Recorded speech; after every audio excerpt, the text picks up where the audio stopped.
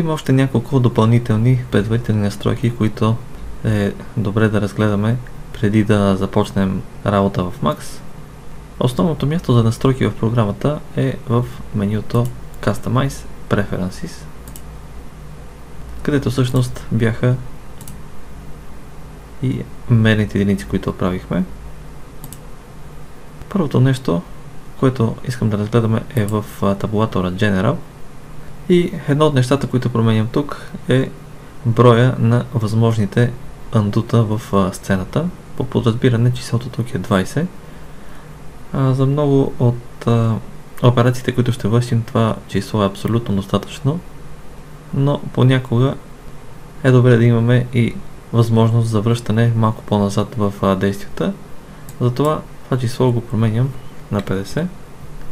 Следващото нещо, което можем да проверим, е в табулатора Files, където трябва да имаме отметка на Enable за автобекъпите.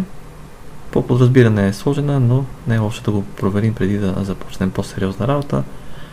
По подразбиране използва 3 копия, като сейва през 5 минути, като всяко ново копие презаписва най-старото и се прави бекъп в системната папка при всяко сейване.